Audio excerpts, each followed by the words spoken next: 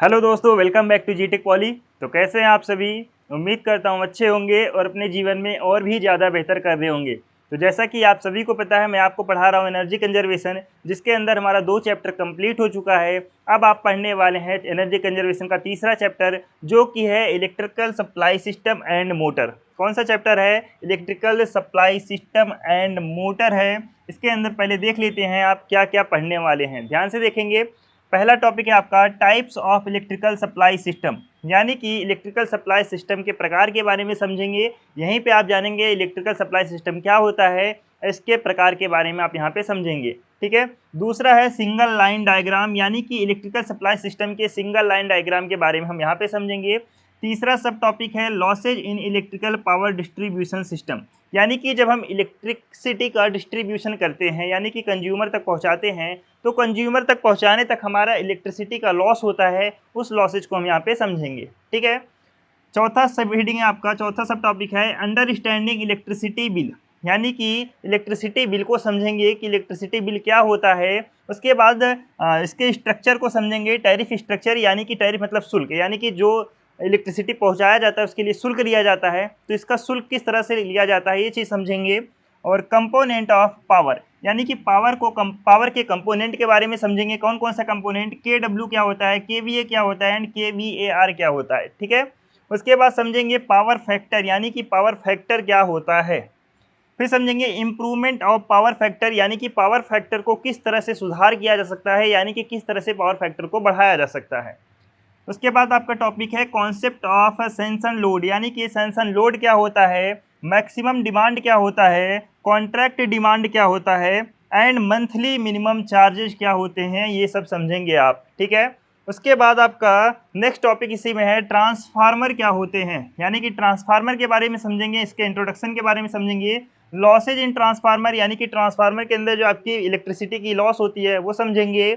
उसके बाद समझेंगे ट्रांसफार्मर लोडिंग क्या होता है, tips for energy saving in transformer, और ट्रांसफार्मर के अंदर एनर्जी को किस तरह से सेव किया जा सकता है। ठीक है। उसके बाद आपका लास्ट टॉपिक आता है इलेक्ट्रिक मोटर। कौन सा आपका इलेक्ट्रिक मोटर, इसके अंदर क्या पढ़ेंगे, सबसे पहले समझेंगे मोटर क्या होता है, टाइप्स ऑफ मोटर, मोटर के प्रकार के बारे में समझेंगे। लॉसेज इन इंडक्शन मोटर, यानी कि इंडक्शन मोटर में लॉस किस प्रकार से होते हैं और इसके फीचर्स के बारे में समझेंगे। And characteristics of energy efficient motor, यानी कि एनर्जी इफिशियंट मोटर के कैरेक्टरिस्टिक के बारे में समझेंगे। एस्टिमेशन ऑफ मोटर लोडिंग, यानी कि मोटर लोडिंग के एस्टिमेशन को समझेंगे। और variation in efficiency and power factor with loading, loading के साथ में जो इफिशियंसी में वेरिएशन देखने को मिलते हैं। ठीक है। यानी कि लोड देने पर इफिशियंसी में जो वेरिएशन देखने को मिलते हैं, पावर फैक्टर में जो वेरिएशन देखने को मिलते हैं, इस चीज़ को आप समझेंगे। फिर आपका लास्ट सब टॉपिक आता है, यानी कि इसी के अंदर tips for energy saving in motor, यानी कि मोटर में एनर्जी को किस तरह से सेव किया जा सकता है। ये थे आपके टोटल टॉपिक जो कि आप तीसरे चैप्टर के अंदर पढ़ने वाले हैं। अगर बात करें तीसरे चैप्टर की, यह आपका बड़ा टॉपिक है। अगर बात करें कितने लेक्चर में कंप्लीट हो जाएगा, तो इसमें 4 से 5 लेक्चर लगेंगे कंप्लीट होने में। ठीक है। तो 4 से 5 लेक्चर लगेंगे इसे कंप्लीट होने में। तो आइए ध्यान से हर एक चीज़ को समझेंगे यहाँ पे। चलिए शुरू करते हैं, ध्यान से देखेंगे। सबसे पहले समझेंगे इलेक्ट्रिकल सप्लाई सिस्टम क्या होता है। क्या होता है विद्युत आपूर्ति प्रणाली, यानी कि इलेक्ट्रिक सप्लाई सिस्टम क्या होता है, ध्यान से सुनेंगे। अगर बात करें इलेक्ट्रिकल सप्लाई सिस्टम की, विद्युत पावर को, यानी कि जो इलेक्ट्रिसिटी पावर होती है उसको पावर जनरेटिंग स्टेशन से उपभोक्ता तक पहुंचाने के माध्यम को विद्युत सप्लाई सिस्टम कहते हैं। इसका क्या मतलब हुआ, इसका मतलब ये है कि जहां से बिजली का उत्पादन होता है और उपभोक्ता तक के पहुंचाने तक के सिस्टम को हम कहते हैं विद्युत आपूर्ति सिस्टम, यानी कि इलेक्ट्रिसिटी सप्लाई सिस्टम कहा जाता है। ठीक है। उसके बाद समझेंगे कि एक विद्युत सप्लाई सिस्टम 3 मुख्य भागों से मिलकर बना होता है, यानी कि एक इलेक्ट्रिसिटी सप्लाई सिस्टम को पूरा होने में, यानी कि जनरेशन से लेकर के कंज्यूमर तक पहुंचाने में, उपभोक्ता तक पहुंचाने में 3 प्रोसेस होता है। कौन कौन सा प्रोसेस होता है? सबसे पहला होता है पावर स्टेशन, पावर स्टेशन यानी कि जहां से बिजली का उत्पादन होता है। ठीक है। दूसरा है संचरण लाइन, यानी कि ट्रांसमिशन लाइन, यानी कि हमने विद्युत का उत्पादन कर लिया। ठीक है। विद्युत का उत्पादन कर लिया, अब कंज्यूमर तक पहुंचाने के लिए उसको ट्रांसमिट करने की आवश्यकता है, यानी कि उसे भेजने की आवश्यकता है। तो किससे भेजा जाएगा? ट्रांसमिशन लाइन के थ्रू भेजा जाता है। ठीक है, उसके बाद है वितरण सिस्टम। वितरण सिस्टम मतलब होता है डिस्ट्रीब्यूशन सिस्टम, यानी कि कंज्यूमर के घरों तक, यानी कि बहुत सारे कंज्यूमर होते हैं तो हर एक कंज्यूमर के घरों तक जो है इलेक्ट्रिसिटी को पहुंचाना, यानी कि उसको वितरण करना, यानी कि उसको डिस्ट्रीब्यूट करना, ये 3 भागों से मिलकर बना होता है। क्या हमारा इलेक्ट्रिकल सप्लाई सिस्टम ये 3 भागों से मिलकर पूरा होता है। ठीक है, इस चीज़ को आपको समझना है। अब यही चीज़ इंग्लिश में लिखा हुआ है, ध्यान से सुनेंगे। The means of delivering electrical power from the power generating station to the consumer is called power supply system. यानी कि the means of delivery electrical power, यानी कि इलेक्ट्रिकल जो पावर है उसको डिलीवर करना, यानी कि पहुंचाना कहाँ से, from the power generating station, यानी कि पावर जनरेटिंग स्टेशन से, टू द कंज्यूमर, यानी कि पावर जनरेटिंग स्टेशन से कंज्यूमर तक, उपभोक्ता तक बिजली पावर को, यानी कि इलेक्ट्रिकल पावर को पहुंचाना ही हमारा पावर सप्लाई सिस्टम कहलाता है। इस चीज़ को आपको ध्यान में रख करके चलना है। An electrical supply system is made up of 3 main parts, यानी कि एक इलेक्ट्रिकल सप्लाई सिस्टम 3 मुख्य पार्ट से मिलकर बना होता है। पहला है आपका पावर स्टेशन, दूसरा है ट्रांसमिशन लाइन और तीसरा है डिस्ट्रीब्यूशन सिस्टम। ठीक है, अब ध्यान देंगे आगे। विद्युत पावर का उत्पादन पावर स्टेशन पर होता है जो कि उपभोक्ता से बहुत दूर होता है। इसका क्या कहने का मतलब है कि जो विद्युत का उत्पादन हमारा होता है वो पावर स्टेशन से होता है, पावर जनरेटिंग स्टेशन से होता है, और पावर जनरेटिंग स्टेशन जो होता है कंज्यूमर से बहुत दूर होता है। ठीक है, इसके बाद क्या होता है कि इसे विभिन्न लोड सेंटरों पर भेजा जाता है, लोड सेंटरों पर जो कि बहुत दूरी पर होते हैं। ठीक है, कंडक्टर के द्वारा संचालित किया जाता है, जिसे संचरण लाइन कहते हैं। इसका क्या कहने का मतलब है कि हमने पावर जनरेट कर लिया। अब पावर जनरेट करने के बाद इसे जो है यानी कि विभिन्न लोड सेंटर पर भेजा जाता है। लोड सेंटर पर भेजा जाता है संचरण लाइन के माध्यम से, यानी कि ट्रांसमिशन लाइन के माध्यम से इसे जो है अलग अलग लोड सेंटर पर भेजा जाता है। ठीक है, अलग अलग लोड सेंटर पर भेजने के बाद से अंत में इसे छोटे तथा बड़े उपभोक्ताओं को वितरण नेटवर्क के द्वारा डिस्ट्रीब्यूट, यानी कि वितरित किया जाता है। जब हमारा लोड सेंटर पर पहुंच जाता है बिजली, उसके बाद हमारा डिस्ट्रीब्यूशन सेंटर पर जाता है, जहां से डिस्ट्रीब्यूशन जो सेंटर होता है वो जो है क्या क्या बड़े उपभोक्ता तथा छोटे उपभोक्ता को जो है इलेक्ट्रिसिटी का डिस्ट्रीब्यूशन करता है। ठीक है, उम्मीद करता हूँ ये सारा पॉइंट आपको समझ में आ गया होगा। अब ध्यान देंगे आगे। Electric power is generated at the power station, यानी कि इलेक्ट्रिक पावर हमारा पावर स्टेशन पे जनरेट होता है, which is far away from the consumer, जो कि कंज्यूमर से बहुत दूर होता है। आफ्टर दिस, यानी कि इसके बाद, it is distributed at various load centre, यानी कि इसके बाद जो है यह यानी कि बिजली को विभिन्न प्रकार के लोड सेंटर पर डिस्ट्रीब्यूट किया जाता है, which are at long distance, यानी कि ये भी बहुत ज़्यादा दूरी पर होते हैं। समझेंगे, मैंने आपको जितना बताया समझेंगे। यानी कि यहाँ हमारा क्या है, यह है पावर प्लांट, यहाँ पे हमारा हो रहा है विद्युत उत्पादन। क्या हो रहा है यहाँ पे हो रहा है उत्पादन। उत्पादन होने के बाद, ठीक है, उत्पादन होने के बाद ये है ट्रांसफार्मर। कौन सा ट्रांसफार्मर है, स्टेप अप ट्रांसफार्मर है। यहाँ पे मान लीजिए हमारा 11 किलो वोल्ट बिजली का उत्पादन हुआ, उसके बाद इसे स्टेप अप, यानी कि इसका स्टेप अप करके 132 किलो वोल्ट स्टेप अप करके इसे भेज दिया जाता है। ठीक है, इसे कहाँ पे भेज दिया जाता है, मैंने आपको बताया कि विभिन्न लोड सेंटरों पर भेज दिया जाता है। ठीक है, विभिन्न लोड सेंटरों पर भेज दिया जाता है। मान लीजिए इसे यहाँ पे ये लोड सेंटर है। ठीक है, यहाँ पे ये लोड सेंटर है, ये 2 लोड सेंटर दिखाए गए हैं। ठीक है, ये 2 लोड सेंटर दिखाए गए हैं, यहाँ पे इसे भेज दिया जाता है। उसके बाद क्या होता है, it is transmitted through a conductor which is called transmission line. ठीक है, यह जो है एक कंडक्टर के थ्रू भेजा जाता है जिसे ट्रांसमिशन लाइन कहा जाता है। ध्यान देंगे, ये जो वायर आपको दिख रहे हैं, ये जो वायर आपको दिख रहे हैं, ध्यान से देखेंगे, ये जो वायर आपको दिख रहे हैं ये एक तरह के क्या करते हैं, कंडक्टर होते हैं। इसे कहा जाता है ट्रांसमिशन लाइन। ठीक है, इसे क्या कहा जाता है, इसे कहा जाता है ट्रांसमिशन लाइन। उसके बाद फाइनली क्या होता है, finally it is distributed to small and large consumer through the distribution network. ठीक है, यहाँ से देखेंगे इसके बाद क्या होता है, इसे जो है डिस्ट्रीब्यूशन सेंटर पर आ जाता है। डिस्ट्रीब्यूशन सेंटर के बाद से इसे जो है कंज्यूमर तक पहुंचा दिया जाता है। ठीक है, इसे जो है डिस्ट्रीब्यूशन सेंटर के बाद से कंज्यूमर तक पहुंचा दिया जाता है। उम्मीद करता हूं आपको इलेक्ट्रिकल पावर सप्लाई सिस्टम समझ में आ गया होगा। ठीक है, मैंने आपको सिर्फ 3 से 4 चीज़ें बताएं, आपका रिवीजन कराता हूं, ध्यान से सुनेंगे। सबसे पहले मैंने आपको बताया कि power station, power generating station, generating station, ठीक है, स्टेशन पर बिजली का क्या हुआ, उत्पादन। बिजली का उत्पादन होने के बाद ट्रांसमिशन लाइन, ठीक है, ट्रांसमिशन लाइन के थ्रू, यानी कि संचरण लाइन के थ्रू, ट्रांसमिशन लाइन के थ्रू जो है बिजली को भेज दिया जाता है लोड सेंटर पे। कहाँ पे भेज दिया जाता है? लोड सेंटर पे भेज दिया जाता है। इसके बाद क्या होता है? डिस्ट्रीब्यूटेड लाइन के थ्रू, डिस्ट्रीब्यूटेड लाइन के थ्रू जो है, डिस्ट्रीब्यूटेड लाइन के थ्रू जो है इसे कहाँ पहुँचाया जाता है? कंज्यूमर के पास में पहुँचाया जाता है। ठीक है, इसे कहाँ पहुँचाया जाता है? कंज्यूमर के पास में पहुँचाया जाता है। उम्मीद करता हूँ आपको ये सारी चीज़ आपको समझ में आ गया होगा। अब ध्यान देंगे आगे विद्युत आपूर्ति प्रणाली के प्रकार। कौन सा है? विद्युत आपूर्ति प्रणाली के प्रकार। Types of electrical supply system. Electrical supply system कितने प्रकार के होते हैं? मुख्यतः यह 2 प्रकार के होते हैं। कौन कौन से? एक तो होता है आपका AC supply system. AC supply system कौन सा होता है? एक होता है आपका एसी सप्लाई सिस्टम। दूसरा कौन सा होता है सर? दूसरा होता है DC supply system. DC supply system दूसरा कौन सा होता है? दूसरा होता है डीसी सप्लाई सिस्टम। मुख्यतः आपके सिर्फ 2 होते हैं। अब समझते हैं बारी बारी से, ठीक है। सबसे पहले समझते हैं डीसी सप्लाई सिस्टम क्या होता है। अगर बात करें डीसी पावर सप्लाई सिस्टम क्या होता है, तो इस तरह की आपूर्ति, यानी कि इस तरह की सप्लाई लोड को कांस्टेंट डीसी वोल्टेज आपूर्ति करती है। इसका क्या मतलब है कि इस तरह की जो सप्लाई होती है, यानी कि कौन सी supply? DC supply. DC supply जो होती है लोड को कांस्टेंट डीसी वोल्टेज सप्लाई करती है।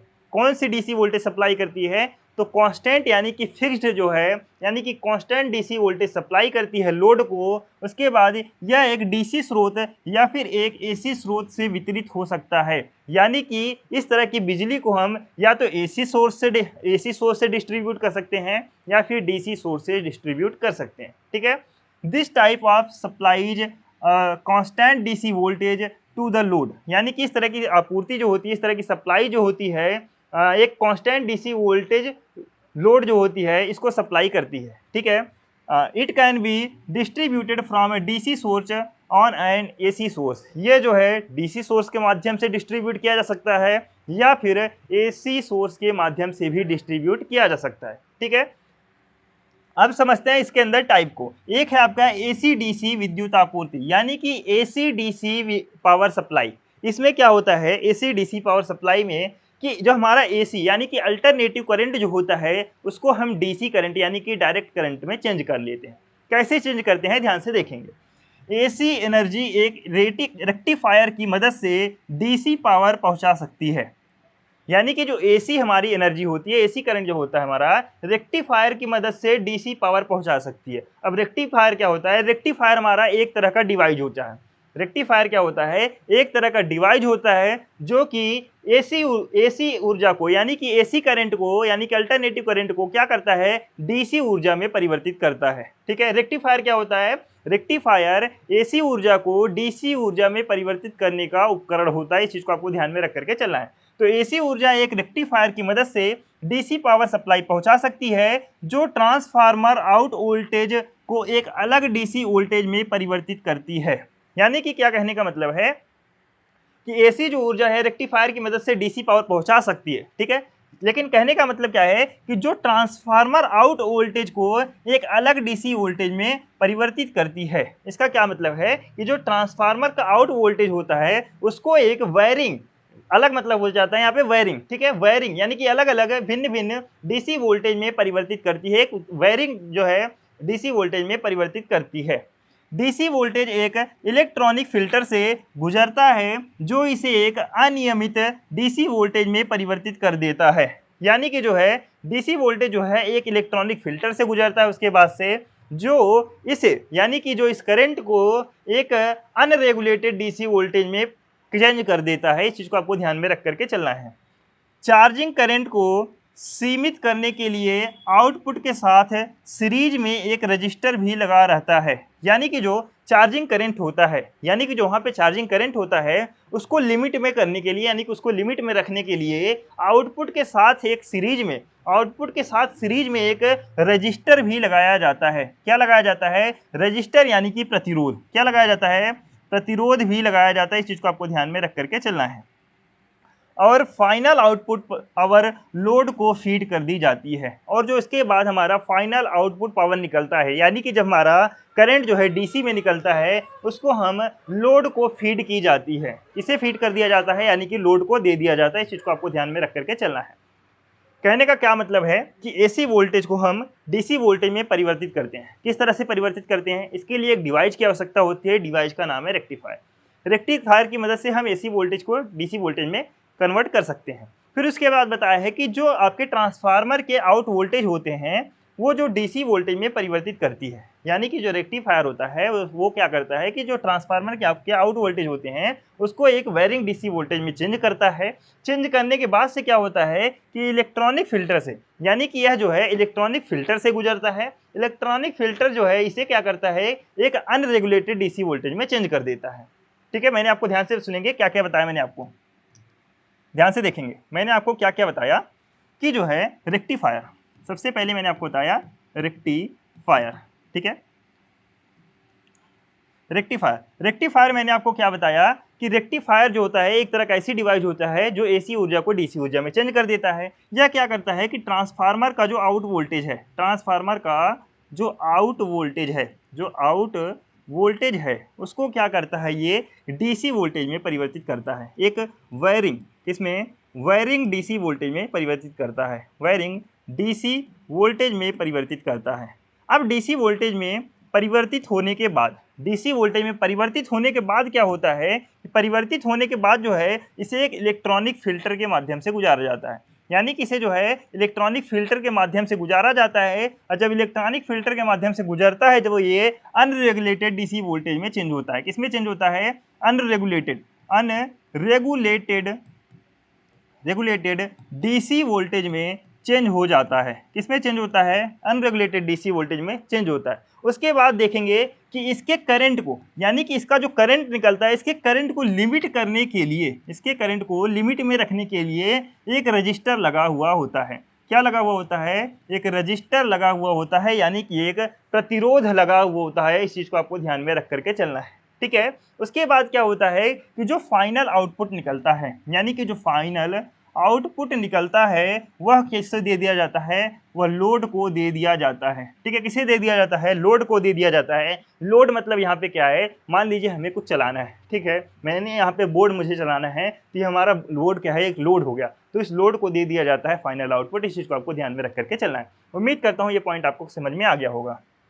आप ध्यान देंगे आगे, यही चीज़ इंग्लिश में लिखा हुआ है कि AC energy can be converted to DC power with the help of rectifier, यानी कि रेक्टिफायर की मदद से परिवर्तित किया जा सकता है एसी को डीसी में, which converts the transformer out voltage to a different DC voltage. यानी कि जो क्या करता है कि आउट ट्रांसफार्मर के आउट वोल्टेज को डिफरेंट डीसी वोल्टेज में चेंज करता है। उसके बाद जो है the DC voltage passes through electronic filter, DC voltage एक इलेक्ट्रॉनिक फिल्टर के पास माध्यम से गुजरता है, which converts it into an unregulated DC voltage, जो कि इसे एक अनरेगुलेटेड डीसी वोल्टेज में परिवर्तित कर देता है। A resistor is also connected in the series, यानी कि जैसे इसमें जो है एक रजिस्टर भी कनेक्ट होता है। क्या कनेक्ट होता है? रजिस्टर कनेक्ट होता है with the output to limit the charging current, यानी कि जो चार्जिंग करंट होता है उसको लिमिट करने के लिए कनेक्ट होता है। And the final output power is feed to the load, यानी कि जो फाइनल आउटपुट निकलता है वो लोड को फीड कर दिया जाता है, फीड कर दिया जाता है। इस चीज को आपको ध्यान में रख करके चलना है। ठीक है, दूसरा है आपका स्विच्ड मोड पावर सप्लाई। कौन सा है? स्विच्ड मोड विद्युत आपूर्ति, यानी कि स्विच्ड मोड पावर सप्लाई। इस चीज को आपको ध्यान में रख करके चलना है। ठीक है, register, switched mode power supply. अब ये क्या होता है, ध्यान से सुनेंगे। इसमें क्या होता है कि जो मेन इनपुट होता है, क्या होता है, जो मेन इनपुट होता है को रेक्टिफायर और फिल्टर के माध्यम से डीसी वोल्टेज में परिवर्तित किया जाता है। यानी कि यहाँ भी सेम कहानी है। कहानी क्या है कि हमारा जो मेन वोल्टेज है, यानी कि जो हमारा मेन इनपुट है, यानी कि एसी इनपुट जो है उसको रेक्टिफायर और फिल्टर के माध्यम से डीसी वोल्टेज में परिवर्तित कर लिया जाता है। ठीक है, उसके बाद क्या होता है, और फिर एक इलेक्ट्रॉनिक स्विच द्वारा हाई फ्रीक्वेंसी, यानी कि उच्च आवृत्ति पर ऑन ऑफ किया जाता है। उसके बाद क्या किया जाता है इसमें कि मैंने आपको बताया कि जो यहाँ पे मेन इनपुट है, मेन इनपुट कौन सा है, ध्यान से सुनेंगे। यहाँ का जो मेन इनपुट है, मेन इनपुट है, उसे क्या किया जाता है, रेक्टिफायर और फिल्टर, रेक्टिफायर प्लस फिल्टर के माध्यम से इसे गुजारा जाता है। ठीक है, फिल्टर के माध्यम से डीसी वोल्टेज में परिवर्तित कर लिया गया। किसमें परिवर्तित कर लिया गया? डीसी वोल्टेज में परिवर्तित कर लिया गया। जब डीसी वोल्टेज में परिवर्तित कर लिया गया तो एक यहाँ पे स्विच लगाया गया। कौन सा लगाया गया? एक इलेक्ट्रॉनिक स्विच लगाया गया। इलेक्ट्रॉनिक स्विच लगाया गया। अब इसका काम क्या है? इलेक्ट्रॉनिक स्विच लगाया गया। इलेक्ट्रॉनिक स्विच लगाने के बाद जो है इसे हाई फ्रीक्वेंसी पर ऑन ऑफ किया जाता है। हाई फ्रीक्वेंसी पर ऑन ऑफ किया गया। इसे क्या किया गया? ऑन ऑफ किया गया, यानी कि चालू बंद किया गया। फ्रीक्वेंसी कितना है? 10 किलो हर्ट्ज से लेकर के 1 मेगा हर्ट्ज। कितना? 10 किलो हर्ट्ज से लेकर के 1 मेगा हर्ट्ज फ्रीक्वेंसी तक ऑन ऑफ किया गया। फिर इसमें क्या हुआ? इसमें क्या होता है कि इसमें जो है यूजर और डिवाइस की सुरक्षा के लिए सेफ्टी फीचर्स लगे होते हैं। इसमें क्या होता है कि यूजर्स की सुरक्षा के लिए और ये जो हमारा डिवाइस है, डिवाइस की सुरक्षा के लिए एक सेफ्टी फीचर्स लगे होते हैं। इस चीज को आपको ध्यान में रख करके चलना है। ठीक है, उम्मीद करता हूँ ये आपको समझ में आ गया होगा। स्विच मोड पावर सप्लाई क्या होता है कि इसमें एक रेक्टिफायर और फिल्टर के माध्यम से डीसी क्या करते हैं, मेन इनपुट को डीसी वोल्टेज में चेंज कर लिया जाता है। किसमें चेंज कर लिया जाता है? डीसी वोल्टेज में चेंज कर लिया जाता है। फिर जो है एक इलेक्ट्रॉनिक स्विच द्वारा इसे ऑन ऑफ किया जाता है। ठीक है, इसमें यूजर की सेफ्टी के लिए और डिवाइस की सेफ्टी के लिए एक सेफ्टी फीचर्स भी लगा हुआ होता है। इस चीज को आपको ध्यान में रख करके चलना है। यही अंग्रेजी में लिखा हुआ है, the main input is converted to DC voltage through rectifier and filter. यानी कि जो है मेन इनपुट को कन्वर्ट किया जाता है डीसी वोल्टेज में किसके सहायता से? रेक्टिफायर और फिल्टर की सहायता से।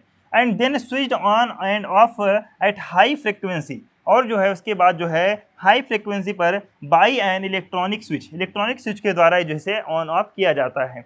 It is equipped with safety features for the safety of the user and the device. इसमें जो है सेफ्टी फीचर्स भी लगे होते हैं। क्यों लगे होते हैं? कि डिवाइस की सेफ्टी के लिए एंड यूजर की सेफ्टी के लिए इसमें सेफ्टी फीचर्स भी लगे होते हैं। इस चीज को आपको ध्यान में रख करके चलना है।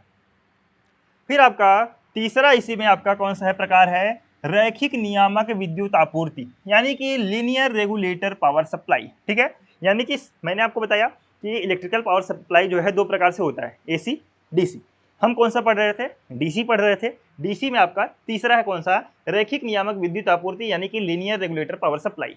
इसमें क्या है कि जो रैखिक नियामक यानी कि जो लीनियर रेगुलेटर है, यानी कि लीनियर रेगुलेटर है, एक अलग डीसी वोल्टेज को कांस्टेंट डीसी वोल्टेज में परिवर्तित करता है। अलग, यहाँ पे अलग मतलब होता है डिफरेंट, यानी फिर वेरिंग। ठीक है, यानी कि इसका क्या काम है? रैखिक नियामक का काम क्या है? ध्यान से सुनेंगे। रैखिक नियामक का यानी कि लीनियर रेगुलेटर का, लीनियर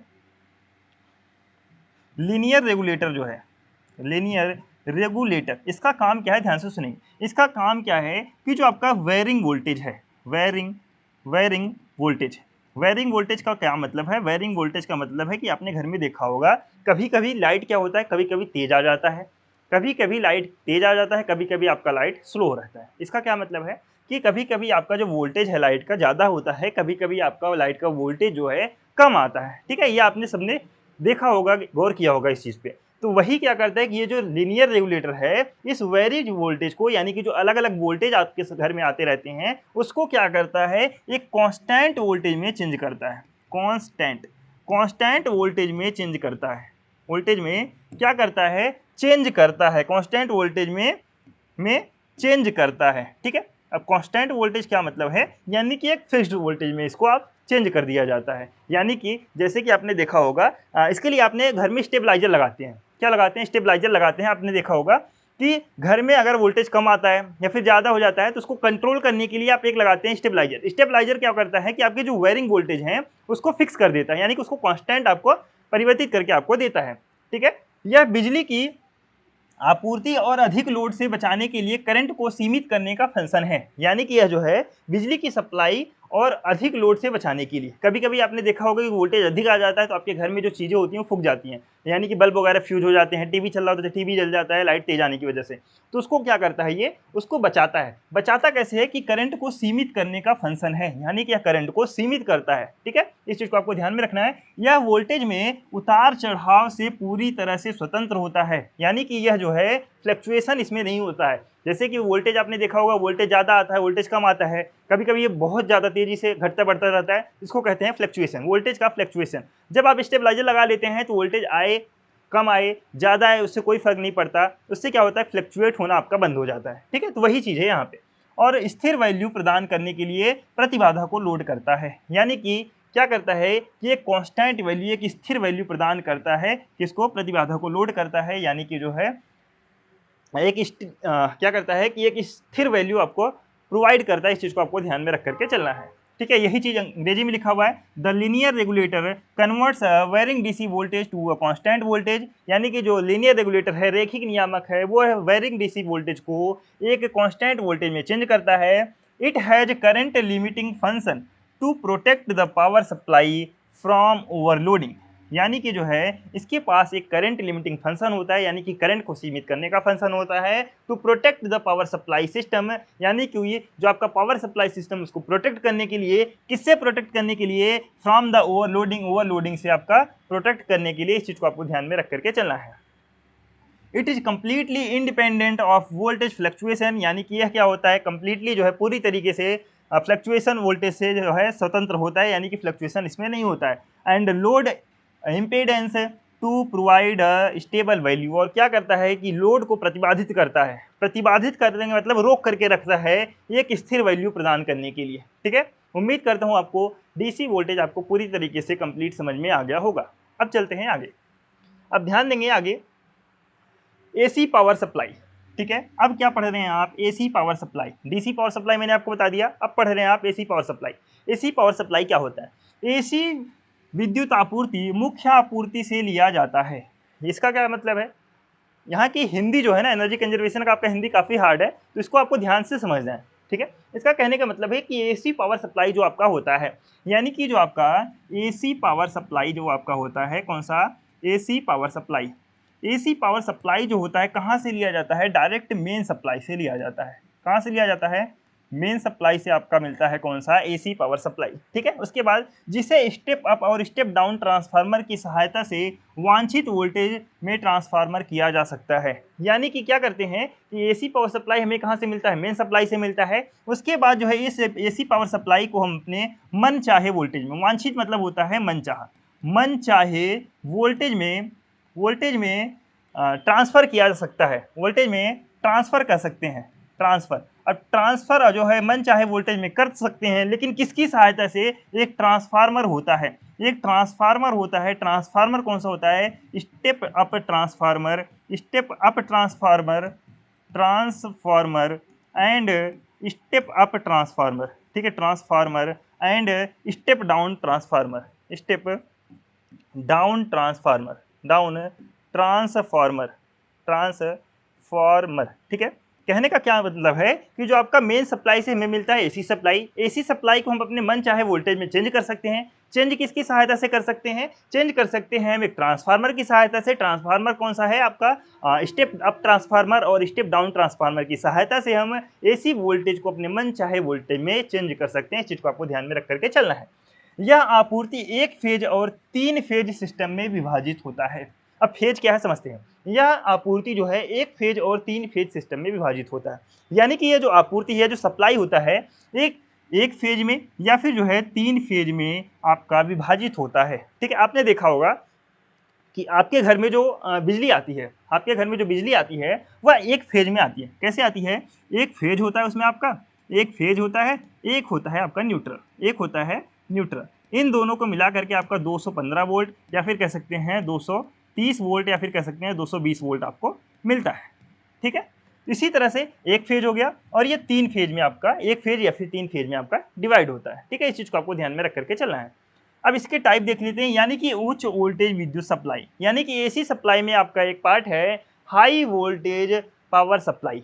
क्या है आपका? High voltage power supply. High voltage power supply जो आपका होता है 20 किलो वोल्ट के ऊपर के अनुप्रयोग के लिए बड़ी मात्रा में ऊर्जा की सप्लाई करता है। यानी कि जो है हाई वोल्टेज पावर सप्लाई की जरूरत कब पड़ती है? जब हमें बड़ी मात्रा में ऊर्जा की सप्लाई, ऊर्जा की कंजप्शन करना हो, ठीक है। यानी कि कितनी ऊर्जा? 20 किलो वोल्ट से ऊपर। यानी कि 1 किलो वोल्ट बराबर होता है आपका 1000 वोल्ट। यानी कि 20,000 वोल्ट से ऊपर की जब आपको अनुप्रयोग यानी कि जरूरत हो, तो उसके लिए बड़ी मात्रा में ऊर्जा की सप्लाई कौन करता है? आपका हाई वोल्टेज पावर सप्लाई, ठीक है। इसमें क्या होता है? जो सैकड़ों या फिर हजारों वोल्ट है, ये मैंने आपको बताया। HVPS यानी कि हाई वोल्टेज पावर सप्लाई जो है supplies the bulk of energy for application above 20 kV। यानी कि जो है high voltage power supply supply करता है, यानी कि क्या सप्लाई करता है, विद्युत सप्लाई करता है for an application above bulk में, यानी कि बहुत बड़ी मात्रा में बिजली सप्लाई करता है फॉर एन एप्लीकेशन अबव 20 केवी, यानी कि जो हमें जरूरत होती है कि 20 केवी से ज़्यादा, यानी कि 20 किलो वोल्ट से ज़्यादा की एनर्जी की जरूरत होती है, तो यह जो है हाई वोल्टेज हमारी पावर सप्लाई जो है सप्लाई करती है। इसको आपको ध्यान में रख करके चलना है। Which is 100 and 1000 of volt, जो कि आपका 20 किलो वोल्ट मतलब, यानी कि जो आपका अगर वैसे करेंगे तो आपका 2000 वोल्ट बोल सकते हैं या फिर 2000 किलो वोल्ट अभी आप बोल सकते हैं। इस चीज़ को आपको ध्यान में रख करके चलना है, ठीक है। 20,000 किलो वोल्ट, ठीक है, 20,000 किलो वोल्ट आप उसको बोल सकते हैं। अब ध्यान देंगे आगे, अबाधित विद्युत आपूर्ति। अबाधित मतलब होता है uninterruptible power supply. Uninterruptible power supply क्या होता है, ध्यान से सुनेंगे। अनइंटरप्टेबल पावर सप्लाई, यू से मतलब अनइंटरप्टेबल, पी से पावर, ऐसे सप्लाई में एक साथ दो या दो से अधिक स्रोतों से बिजली लेने की सुविधा होती है। यानी कि जो अनइंटरप्टेबल पावर सप्लाई होता है, ध्यान से सुनेंगे, जो आपका अनइंटरप्टेबल यानी कि यूपीएस अनइंटरप्टेबल पावर सप्लाई होता है, वह आपका एक या एक से अधिक जो है, एक या अधिक सोर्स से, यानी कि अगर मान लीजिए आपका फर्स्ट सोर्स है, ये आपका फर्स्ट सोर्स है, दूसरा ये सेकंड सोर्स है, ये जो है एक या एक से अधिक सोर्स से क्या करता है, बिजली ले सकता है, ठीक है।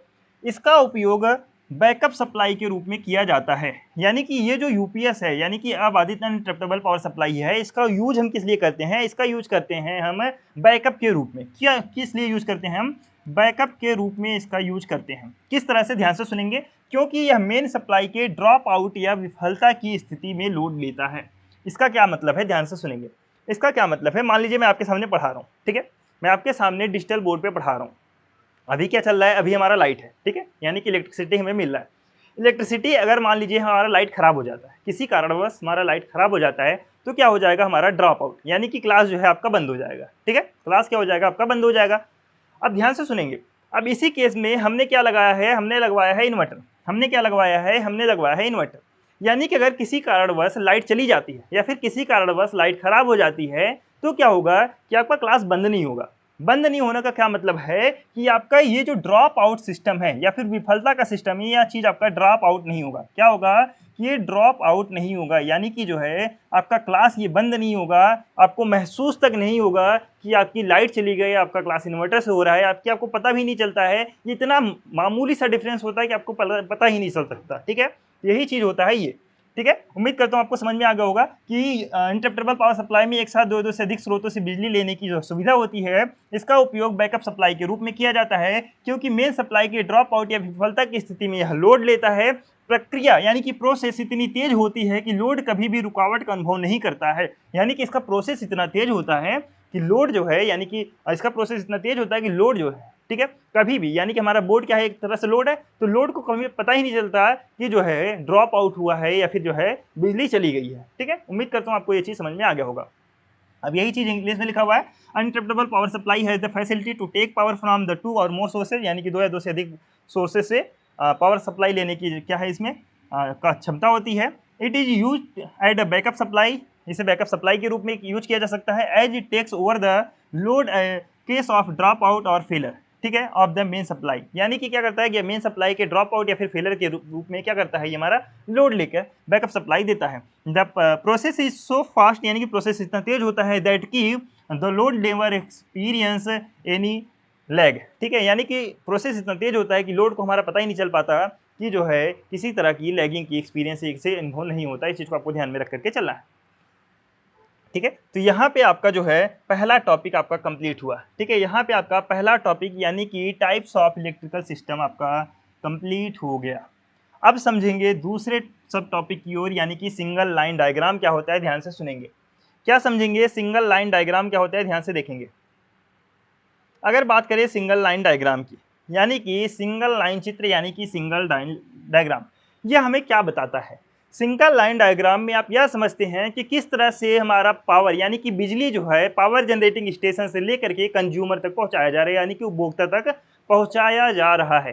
ध्यान से सुनेंगे कि पावर जनरेटिंग स्टेशन तथा उपभोक्ता के बीच में कंडक्टरों का अधिक ग्रिड होने के कारण इसे निम्न में बांटा गया है। यानी कि मैंने आपको शुरू में दिखाया था, शुरू में मैंने आपको चित्र दिखाया था कि यहाँ पे है आपका पावर जनरेटिंग स्टेशन, ये क्या है आपका जनरेटिंग स्टेशन है, ठीक है, ये आपका जनरेटिंग स्टेशन है। यहाँ से इसे ट्रांसफार्मर, ठीक है, यहाँ से इसे जो है ट्रांसफार्मर, ये क्या है, ट्रांसफार्मर में ट्रांसफार्मर में क्या किया गया, ट्रांसफार्मर में इसे जो है पावर जनरेटिंग उपभोक्ता के बीच कंडक्टरों का अधिक ग्रिड होने के कारण इसे बांटा गया। ठीक है, इसे क्या किया गया, इसे जो है 2-3 भागों में बांटा गया। ट्रांसफार्मर यानी कि पावर जनरेटिंग स्टेशन से बिजली को ट्रांसफार्मर में पहुंचाया गया। यहाँ से बिजली को, अगर हमारा बिजली 11 किलो वोल्ट होता है उत्पादन, 11 किलो वोल्ट उत्पादन होता है, तो इसे जो है ट्रांसफार्मर की मदद से स्टेप अप किया जाता है। स्टेप अप किया जाता है कितने में, 132 किलो वोल्ट में। ठीक है, उसके बाद इसे जो है विभिन्न लोड सेंटरों तक पहुंचाया जाता है,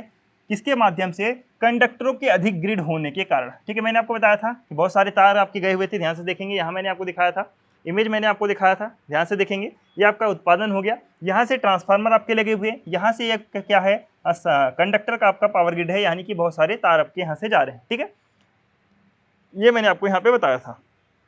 उसके बाद क्या है, ध्यान से सुनेंगे, अधिक ग्रिड होने के कारण इसे निम्न में बांटा गया। कौन कौन सा, एक है आपका संचरण सिस्टम, दूसरा है वितरण सिस्टम, यानी कि इसे जो है संचरण सिस्टम में बांटा गया और वितरण सिस्टम में बांटा गया। ठीक है, यानी कि पावर जनरेटिंग स्टेशन से, मान लीजिए ये है हमारा पावर जनरेटिंग स्टेशन और ये है हमारे कंज्यूमर, यानी कि ये है उपभोक्ता।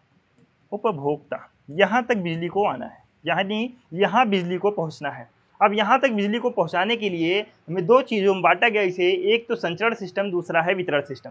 किस में बांटा गया, एक संचरण सिस्टम में बांटा गया, दूसरा आपका बांटा गया वितरण सिस्टम में। ठीक है, ये आपका क्या है, संचरण सिस्टम, ये क्या है आपका संचरण सिस्टम। संचरण सिस्टम यानी कि ट्रांसमिशन, ट्रांसमिशन सिस्टम है आपका, ये ट्रांसमिशन सिस्टम है। ठीक है, ये क्या है, ये भी आपका एक तरह का ट्रांसफार्मर है। ठीक है, उसके बाद क्या है, प्रत्येक भाग को फिर से दो भागों में बांटा गया, यानी कि कहने का क्या मतलब है कि प्रत्येक भाग को फिर से दो भागों में बांटा गया, प्राथमिक संचरण तथा द्वितीयक संचरण। यानी कि जो हमारा प्राथमिक संचरण यानी कि संचरण है, इसे दो भागों में बांटा गया। पहला है आपका प्राइमरी ट्रांसमिशन, क्या है आपका प्राइमरी यानी कि प्राथमिक संचरण, प्राइमरी ट्रांसमिशन। दूसरा है आपका सेकेंडरी ट्रांसमिशन, क्या है सेकेंडरी ट्रांसमिशन, यानी कि जो है द्वितीयक जो है आपका संचरण। ठीक है, उसके बाद क्या है कि वितरण सिस्टम को भी दो भागों में बांटा गया, वितरण सिस्टम को भी दो भागों में बांटा गया। कौन कौन से, एक तो बांटा गया इसे जो है आपका प्राइमरी डिस्ट्रीब्यूशन, प्राइमरी डिस्ट्रीब्यूशन, और दूसरा आपका बांटा गया सेकेंडरी डिस्ट्रीब्यूशन। किसमें बांटा गया, सेकेंडरी, सेकेंडरी या CNDORY, secondary, secondary distribution system. ठीक है, यानी कि कहने का क्या मतलब है कि हमारा पावर जनरेटिंग सोर्स से दो भागों में बांटा गया अधिक ग्रिड होने के कारण। पहला आपका बांटा गया संचरण लाइन में, दूसरा आपका बांटा गया वितरण लाइन में। ठीक है, फिर संचरण लाइन और वितरण लाइन को दो भागों में और बांटा गया। संचरण लाइन को दो भागों में बांटा गया, प्राइमरी संचरण यानी कि प्राथमिक संचरण और द्वितीयक संचरण। वितरण को भी दो भागों में बांटा गया, प्राथमिक वितरण और द्वितीयक वितरण। ठीक है, अब समझेंगे ध्यान से उसके आगे, यही चीज अंग्रेजी में लिखा गया, due to the large grid of conductors between the power generating station and the consumer, it is divided into transmission system and distribution system. Each part is further divided into two parts, यानी कि जो है प्रत्येक part को फिर से दो भागों में विभाजित किया गया, primary transmission and secondary transmission and जो है primary distribution and secondary distribution. ठीक है, उम्मीद करता हूँ आपको ये पॉइंट आपको समझ में आ गया होगा। अब समझेंगे आगे, अब समझेंगे सिंगल लाइन चित्र में, ध्यान से सुनेंगे। सिंगल लाइन, यहाँ पे सिंगल लाइन डायग्राम आपको दिखाया गया है। अब जो मैंने आपको यहाँ पे बताया है, ठीक है, जो मैंने आपको यहाँ पे बताया है वही चीज़ आपको यहाँ पे ध्यान से सुनेंगे, यहाँ पे आपको अच्छे से बता रहा हूँ।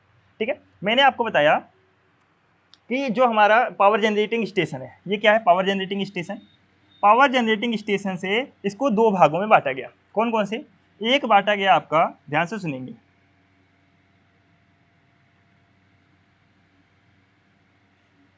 एक बांटा गया आपका किसमें, ट्रांसमिशन लाइन में। किसमें, ट्रांसमिशन लाइन में। ठीक है, ट्रांसमिशन सिस्टम में बांटा गया। दूसरा आपका बांटा गया किसमें, डिस्ट्रीब्यूशन सिस्टम में। किसमें बांटा गया आपका, डिस्ट्रीब्यूशन सिस्टम में। किसमें, डिस्ट्रीब्यूशन सिस्टम में बांटा गया। ठीक है, अब इसको भी जो है दो तरीके से बांटा गया, एक है आपका प्राइमरी ट्रांसमिशन, दूसरा है सेकेंडरी ट्रांसमिशन। ठीक है, एक है आपका प्राइमरी डिस्ट्रीब्यूशन, दूसरा है आपका सेकेंडरी डिस्ट्रीब्यूशन। कौन सा है, सेकेंडरी डिस्ट्रीब्यूशन। ठीक है, इस तरह से आपका बांटा गया। अब ध्यान से सुनेंगे, यानी कि जनरेटिंग स्टेशन से लेकर के कंज्यूमर तक जो है बिजली को किस तरह से पहुंचाया जा रहा है, ध्यान से सुनेंगे। सबसे पहले क्या होता है कि पावर जनरेटिंग स्टेशन से ध्यान से सुनेंगे, जीएस। जीएस क्या है आपका यहाँ पे, जनरेटिंग स्टेशन यानी कि पावर जनरेटिंग स्टेशन। जहां पर विद्युत पावर का उत्पादन होता है।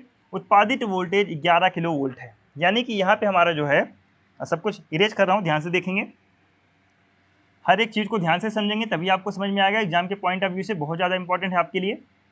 ध्यान से देखेंगे, मैंने आपको बोला कि यह आपका जनरेटिंग स्टेशन, यहाँ पे 11 किलो वोल्ट का बिजली उत्पादन हुआ। कितना उत्पादन हुआ बिजली? 11 किलो वोल्ट का बिजली उत्पादन हुआ। उसके बाद क्या है, सेम चीज, GS is a generating system where electrical power is produced, the produced voltage is 11 kilo volt. ठीक है, उसके बाद आपका आ जाता है प्राइमरी ट्रांसमिशन। उसके बाद क्या है यहाँ पे, ट्रांसमिशन, प्राइमरी ट्रांसमिशन। ठीक है, यानी कि जब हमारा वोल्टेज जनरेट हो गया, इसको भेज दिया जाता है ट्रांसमिशन के पास में, यानी कि संचरण लाइन के पास में इसे भेज दिया जाता है। बिजली को कहाँ भेज दिया गया? ट्रांसमिशन लाइन के पास में भेज दिया गया। किसे भेज दिया गया? बिजली को ट्रांसमिशन लाइन के पास में भेज दिया गया। अब ध्यान से सुनेंगे, इसके बाद जो है स्टेप अप ट्रांसफार्मर की मदद से वोल्टेज को बढ़ाया जाता है। फिर शहर के बाहरी हिस्से को 132 किलो वोल्ट विद्युत पावर का संचरण 3 फेज 3 तार सिरों पर लाइन के द्वारा किया जाता है। इसको प्राथमिक संचरण कहते हैं। यानी कि स्टेप अप ट्रांसफार्मर की मदद से इसके वोल्टेज को बढ़ाया गया। कितना बढ़ाया गया? ध्यान से सुनेंगे, 11 किलो वोल्ट बिजली का उत्पादन हुआ था, इसको कितना बढ़ाया गया? 132 किलो वोल्ट में। कितना बढ़ाया गया? 132 किलो वोल्ट में इसको स्टेप अप किया गया। अब स्टेप अप करने का क्या मतलब है? स्टेप अप करने का क्या मतलब है, यानी कि वोल्टेज को बढ़ाने का क्या मतलब है? यहाँ पे आपको पता है कि पावर का जनरेशन यहाँ पे हो रहा है, कंज्यूमर हमारे यहाँ पे यानी कि काफ़ी दूर होता है। जब हम बिजली का संचरण करते हैं, यानी कि बिजली को ट्रांसमिट करते हैं, तो हमारा क्या होता है, तारों की वजह से तारों में हमारा पावर लॉस होता है। ठीक है, जो आगे समझेंगे आप, फिर मैं आपको छोटा सा समझा दे रहा हूँ ओवरव्यू के रूप में। तो यहाँ पे क्या होता है कि हमारा बिजली का लॉस होता है। अगर हम यहाँ से 11 किलो वोल्ट ही बिजली भेजेंगे तो क्या होगा कि धीरे धीरे हमारा बिजली लॉस हो जाएगा, कि हमारा जो है यहाँ तक पूरा बिजली पहुँच ही नहीं पाएगा कंज्यूमर के पास में। कंज्यूमर के पास में बिजली पहुँच ही नहीं पाएगा, बिजली का लॉस हो जाएगा। इसीलिए क्या करते हैं कि वोल्टेज को बढ़ाया जाता है। वोल्टेज को बढ़ाया गया किसकी सहायता से? स्टेप अप ट्रांसफार्मर की सहायता से। किसकी सहायता से? स्टेप अप ट्रांसफार्मर, ट्रांसफार्मर की सहायता से इसको क्या किया गया? वोल्टेज को बढ़ा दिया गया। कितना बढ़ा दिया गया? 132 किलो वोल्ट। ठीक है, उम्मीद करता हूँ इतना आपको समझ में आ गया होगा। अब ध्यान देंगे आगे, इसको कहते हैं प्राइमरी ट्रांसमिशन। इसको क्या कहते हैं? इसको कहते हैं प्राइमरी ट्रांसमिशन। ठीक है, अब ध्यान से सुनेंगे आगे। The voltage is then stepped up increase, यानी कि with the help of transformer की मदद से वोल्टेज को बढ़ाया गया। Then 132 kilo volt electrical power is transmitted to the outskirts of the city, यानी कि जो है सिटी के बाहर जो है 132 किलो वोल्ट इलेक्ट्रिकल सप्लाई को किया गया। ठीक है, थ्रू किसकी सहायता से? 3 फेज 3 वायर की सहायता से ओवरहेड लाइन। ठीक है, दो तरह की लाइनें होती हैं, ध्यान से सुनेंगे, दो तरह की लाइनें होती हैं। एक आपका होता है ओवरहेड लाइन। कौन सा होता है? एक होता है आपका सिरोपरी लाइन, सिरोपरी लाइन, सिरोपरी लाइन, इसको इंग्लिश में कहते हैं ओवरहेड लाइन। ओवरहेड लाइन जो आपने मोस्टली देखा होगा, यानी कि जब आप सड़क पे चलते होंगे तो देखते होंगे कि आपके सिर के ऊपर से कुछ तारें गई होती हैं, उसको कहते हैं overhead line.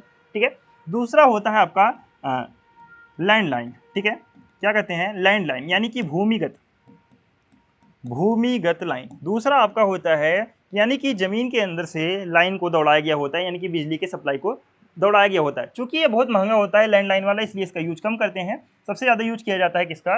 Over the head line को। ठीक है, तो उम्मीद करता हूँ आपको समझ में आया होगा कि क्या किया गया कि वोल्टेज को बढ़ाया गया, बढ़ाने के बाद से शहर के बाहरी से प्राइमरी ट्रांसमिशन लाइन पर भेजा गया। कितना भेजा गया? 132 किलो वोल्ट भेजा गया। ठीक है, उसके बाद जो है आता है आपका सेकेंडरी ट्रांसमिशन। सेकेंडरी ट्रांसमिशन ध्यान से समझेंगे, प्राथमिक संचरण लाइन रिसीविंग स्टेशन पर समाप्त हो जाती है। यानी कि ये है आपका रिसीविंग स्टेशन। रिसीविंग स्टेशन पे क्या हुआ आपका जो है रिसीविंग स्टेशन पर प्राइमरी ट्रांसमिशन आपका कंप्लीट हो गया। ये है आपका रिसीविंग स्टेशन, यहाँ पे प्राइमरी जो है ट्रांसमिशन आपका कंप्लीट हो गया। ठीक है, अब ध्यान देंगे दूसरा क्या है कि जो कि शहर का बाहरी हिस्सा होता है, रिसीविंग स्टेशन पर स्टेप डाउन ट्रांसफार्मर के द्वारा वोल्टेज को 33 किलो वोल्ट तक घटाया जाता है। यानी कि क्या किया गया मेरे दोस्त, यहाँ पे आपका 132 किलो वोल्ट आया। ठीक है, यानी कि अब यहाँ पे क्या किया गया कि 132 किलो वोल्ट से 132 किलो वोल्ट से 33 किलो वोल्ट तक वोल्टेज को घटाया गया। किसकी सहायता से घटाया गया? स्टेप डाउन ट्रांसफार्मर की मदद से। स्टेप डाउन ट्रांसफार्मर की मदद से, ट्रांसफार्मर की मदद से जो है इसके वोल्टेज को 33 किलो वोल्ट तक घटा दिया गया। ठीक है, उसके बाद क्या होता है? घटा दिया गया, ध्यान से सुनेंगे, घटा दिया गया रिसीविंग स्टेशन से 33 किलो वोल्ट को 3 फेज 3 तार सिरोपड़ी लाइन के द्वारा शहर के अंदर बने विभिन्न सब स्टेशन तक पहुंचाया जाता है। इसे द्वितीयक संचरण कहते हैं। यानी कि जो है इसे कहाँ पहुंचाया गया, इसे जो है पहुंचाया गया सेकेंडरी ट्रांसमिशन लाइन तक। कहाँ तक पहुंचाया गया, इसे सेकेंडरी ट्रांसमिशन लाइन तक पहुंचाया गया, यानी कि द्वितीयक संचरण लाइन तक इसे पहुंचाया गया। इस चीज़ को आपको ध्यान में रख करके चलना है, ठीक है। यहाँ पे आपका जो है ट्रांसमिशन लाइन आपका कंप्लीट हो जाता है। अब काम आता है किसका, डिस्ट्रीब्यूशन, यानी कि सब स्टेशन होता है। कौन सा होता है, सब स्टेशन होता है, जिसको कहते हैं डिस्ट्रीब्यूशन लाइन, ठीक है। डिस्ट्रीब्यूशन सेंटर भी कहते हैं सब स्टेशन, ठीक है। अब यहाँ पे क्या किया गया, ध्यान से सुनेंगे। अब आपका काम आता है किसका, यहाँ पे इंग्लिश में लिखा हुआ है तो पढ़ लेंगे ध्यान से। फिर आपका आता है प्राथमिक वितरण, यानी कि प्राइमरी डिस्ट्रीब्यूशन। प्राइमरी डिस्ट्रीब्यूशन में क्या होता है आपका कि द्वितीयक संचरण लाइन सब स्टेशन पर समाप्त हो जाती है। इस सब स्टेशन पर 33 किलो वोल्ट को 11 किलो वोल्ट 3 फेज 3 तार में घटाया जाता है। यह 11 किलो वोल्ट की लाइन जो है रोड के समानांतर चलती है। यह प्राथमिक वितरण है। इसका कहने का ये मतलब है, ध्यान से सुनेंगे।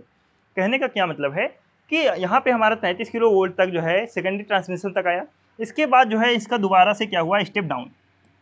दोबारा से क्या किया गया, स्टेप डाउन किया गया। इस कितने में किया गया, 33 किलो वोल्ट से। ध्यान से देखेंगे, 33 किलो वोल्ट से 11 किलो वोल्ट तक इसे घटाया गया। कितना घटाया गया, 33 किलो वोल्ट से इसे 11 किलो वोल्ट तक घटाया गया। इसे क्या कहते हैं, इसे प्राथमिक इसे कहते हैं प्राथमिक डिस्ट्रीब्यूशन, ठीक है। यानी कि ये जो है सब स्टेशन पे आया। सब स्टेशन पे आने के बाद जो है 33 किलो वोल्ट से लेकर के 11 किलो वोल्ट तक घटाया गया। उम्मीद करता हूँ ये आपको इतना समझ में आया। अब समझेंगे प्राथमिक डिस्ट्रीब्यूशन कैसे होता है, ठीक है। ध्यान से देखेंगे। मैंने आपको फिर बताया क्या, यह जो है 11 किलो वोल्ट की लाइन रोड के समानांतर चलती है। यह प्राथमिक वितरण है। यानी कि जो आपका 11 किलो वोल्ट में परिवर्तित किया गया, ठीक है, जो आपका 11 किलो वोल्ट में परिवर्तित किया गया, इसके बाद जो है इसे क्या किया गया, डिस्ट्रीब्यूट किया गया। किसे, यहाँ पे जो है जो बड़े उद्योग होते हैं उन्हें 11 किलो वोल्ट की बिजली की सप्लाई दे दी जाती है। जो बड़े उद्योग होते हैं उन्हें जो है 11 किलो वोल्ट की सप्लाई दे दी जाती है, ठीक है। ये होता है आपका प्राइमरी डिस्ट्रीब्यूशन। उसके बाद दोबारा से क्या होता है, स्टेप डाउन होता है। दोबारा से क्या होता है, स्टेप डाउन किया जाता है। इस स्टेप डाउन में 11 किलो वोल्ट से कितना किया जाता है, 11 किलो वोल्ट से 415 किलो वोल्ट। 415 किलो वोल्ट, कहीं कहीं देखेंगे आप 420 किलो वोल्ट, कहीं कहीं देखेंगे आप 440 किलो वोल्ट, कहीं कहीं देखेंगे आप 430 किलो वोल्ट, ठीक है। यानी कि 415 से लेकर के, यानी कि 400 से लेकर के 440 वोल्ट तक, ठीक है। 400 से लेकर के 440 वोल्ट तक आपका ये होता है। तो किसमें घटाया गया आपका, 11 किलो वोल्ट से लेकर के 415 किलो वोल्ट तक आपका ये 415 किलो वोल्ट नहीं, सॉरी 415 वोल्ट तक इसे घटाया गया। कितना, 415 वोल्ट तक इसे घटाया गया। वोल्ट, ये किलो वोल्ट नहीं वोल्ट होता है, ठीक है। 415 वोल्ट तक आपका घटाया गया। उसके बाद यहाँ से क्या किया जाता है, यहाँ से दे दिया जाता है कंज्यूमर को। इसे कहते हैं यहाँ से कंज्यूमर तक, यानी कि उपभोक्ता तक पहुँचा दिया जाता है। उपभोक्ता तक पहुँचा दिया जाता है। इसे कहते हैं सेकेंडरी डिस्ट्रीब्यूशन। इसे क्या कहा जाता है, सेकेंडरी डिस्ट्रीब्यूशन। क्या कहा जाता है इसे, सेकेंडरी डिस्ट्रीब्यूशन इसे कहा जाता है। उम्मीद करता हूँ आपको समझ में आ गया होगा, ठीक है। उम्मीद करता हूँ आपको ये सारी चीज़ें आपको समझ में आ गया होगा कि आपका संचरण लाइन किस तरह से काम करता है। प्राथमिक वितरण से प्राप्त 11 किलो वोल्ट वितरण को सभी स्टेशन तक लाया जाता है। यहाँ पर 11 किलो वोल्ट से 400 वोल्ट के 3 फेज 4 तार में बदला जाता है। यहाँ पर किन्हीं दो फेजों के बीच वोल्टेज का मान 400 वोल्ट तथा फेज 1 न्यूट्रल के बीच जो है 230 वोल्ट है। ध्यान से समझेंगे, यहाँ पे क्या किया गया, 3 फेज, यानी कि 3 फेज 4 तार में बदला जाता है। आपने देखा होगा इस तरह से 4 तार जाती हैं आपके ऊपर से, ठीक है। 4 तार जाता है जिसमें से 3 तो फेज होते हैं। क्या होते हैं, 3 जो है ये 3 होते हैं फेज। ये 3 क्या होते हैं, ये 3 होते हैं फेज। और एक होता है आपका ये न्यूट्रल। एक क्या होता है, एक होता है न्यूट्रल।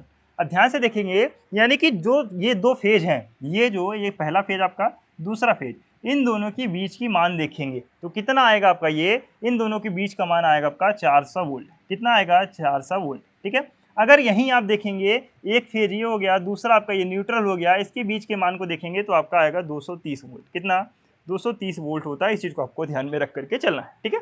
यानी कि the 11 kilo volt received from the primary distribution is brought up to the distribution sub station. Here 11 kilo volt is converted to 400 volt 3 phase 4 wire. Here the value of voltage between any two phases 400 volt and between phase and neutral is 230 volt. यानी कि दो phase के बीच में volt कितना होते हैं, 400 voltage, ठीक है। और एक फेज एक न्यूट्रल के बीच में 230 वोल्टेज होता है। इतना आपको ध्यान में रख करके चलना है। अब समझेंगे पावर सप्लाई वितरण तंत्र में हानियाँ, यानी कि आपका ये टॉपिक भी आपका कंप्लीट हो गया, ये टॉपिक भी आपका कंप्लीट हो गया। उम्मीद करता हूँ आपको सिंगल लाइन डायग्राम आपको समझ में आ गया होगा, ठीक है। यानी कि सिंगल लाइन डायग्राम भी आपका कंप्लीट पूरी तरह से हो गया। अब समझेंगे losses in electrical power distribution system, यानी कि इलेक्ट्रिकल पावर डिस्ट्रीब्यूशन सिस्टम में लॉस किस तरह से होते हैं, इस चीज़ को आपको समझना है, ठीक है। तो ध्यान से देखेंगे, ध्यान से देखेंगे लॉस किस तरह से होता है, हर एक चीज़ को ध्यान से समझेंगे। अगर बात करें लॉस की,